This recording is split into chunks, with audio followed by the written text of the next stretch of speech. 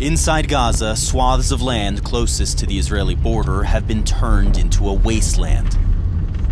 Nearly every building within about a half a mile of the border fence has been destroyed. We filmed this footage a year ago, while demolitions were still ongoing. Over time, the Israeli military has razed about 22 square miles of Palestinian land, creating a buffer zone on about 16% of Gaza's territory. It is a no-go zone for Palestinians, some of whom have been killed after setting foot inside the unmarked perimeter. Now, for the first time, an Israeli soldier sat down with us to describe how the military systematically destroyed civilian infrastructure to create this buffer zone. Some of them, the buildings were destroyed completely, and some were still standing, and our job was to make more of the first kind. But the fact that there were still buildings standing meant that the mission wasn't done. Yeah, and we destroyed them one by one in a very methodical fashion, area by area. A sergeant first class in the 5th Infantry Brigade, he was called up to reserve duty on October 7th and was later deployed here, in the industrial zone of Gaza City's Shujaiya neighborhood, protecting combat engineers as they bulldozed buildings and rigged others to explode. We've blurred his face and changed his voice because he risks reprisals for speaking out about a policy the Israeli military has never officially acknowledged. Was it clear to you that this was not the actions of one commander or one unit? Definitely. I know other units were doing the same up north and then down south. I know it came from up high. What did they tell you about the mission to raise these buildings and establish this security zone? One was that as a lesson from October 7th. We're going to have a larger buffer zone, larger than before. And the other was that on October 7th, this industrial zone was used as a launching ground.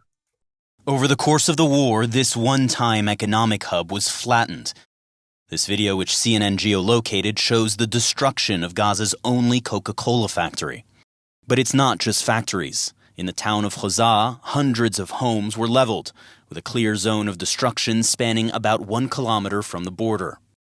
Residential buildings, greenhouses, sheds, factories, you name it, it needs to be flat. That's the order, a sergeant major who served in Gaza said. Except for the UNRWA school and that small water facility, the directive was nothing left. He is one of a dozen Israeli soldiers who described the demolitions and enforcement of the buffer zone to breaking the silence, an Israeli watchdog group that verifies and publishes soldiers' testimonials. Some also described how the buffer zone has been turned into a kill zone for Palestinians. A sergeant first class in the Armored Corps described the rules of engagement. Adult male, kill, shoot to kill. For women and children, shoot to drive away. People were incriminated for having bags in their hands, a warrant officer in the IDF said. Guy showed up with a bag, incriminated terrorists. I believe they came to pick khubeza, an edible plant. But the army says no, they're hiding. Boom. A kill zone is in essence the announcement of a party to the war that they won't take feasible precautions, that they won't verify the status of an individual before attacking them. And that definitely violates international law. Is this kind of widespread destruction of civilian property to create a buffer zone legal under international law? It needs to be a legitimate military objective and operational objective, and the only way to achieve it would be to destroy the civilian property. And at that scale, that's simply not quite plausible. If there's no military necessity, then that fulfills the criteria for a war crime.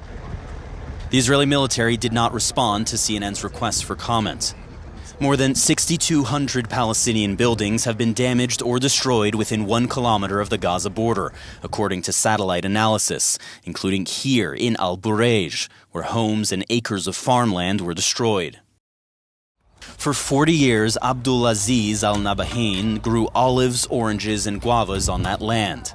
But that has all been ripped away from him. لما قالوا الهدنة ل40 يوم رجعنا غاد لقينا البيت مهدم ولقينا الشجر مجرف. But he has lost so much more.